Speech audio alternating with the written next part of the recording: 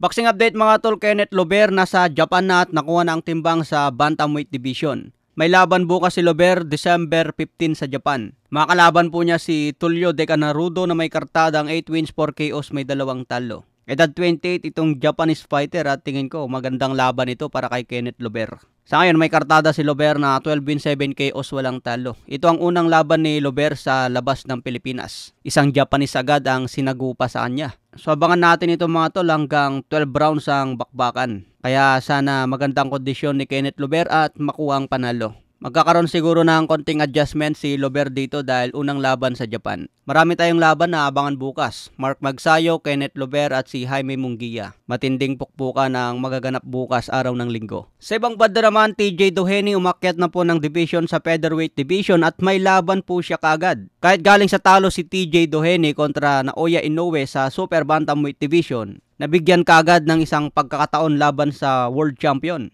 Makakalaban po niya si Nick Ball na WBA featherweight champion na may kartadang 21 wins, 12 KOs, walang talo. Dadayo ngayon si TJ Doheny sa United Kingdom laban kay Nick Ball. Matindi si TJ Doheny dahil isang champion agad ang kalaban niya sa unang akyat sa featherweight division. Galing pa yan sa talo mga tol. Binugbog lang ito ni The Monster Inoue sa super bantamweight. At ngayon, nasa featherweight na at champion pa ang kalaban. Kaya matindi ka talaga, TJ Doheny. Bihira yung ganitong pagkakataon mga tol, no? Yung matalo ka sa mababang division, tapos unang akyat mo pa lang, champion agad ang sagupain. Yung iba, nagkakaroon muna yan ng sinasabing tune-up na laban bago sumabak sa champion. Siguro 38 years old na si TJ Doheny, hindi napapalampasin yung mga ganitong opportunity. Tinatanggap na lahat ni TJ Doheny ang opportunity dahil malapit na ito magretiro. May kartada ito ngayon na 26 wins, 20 KOs, may 5 talo. Matatandaan, naging tablang laban ni Nick Ball kay Ray Vargas. Kaya malupit din itong si Nick Ball. May isang laban din pala na abangan natin bukas, si Murodjonak Madalyev.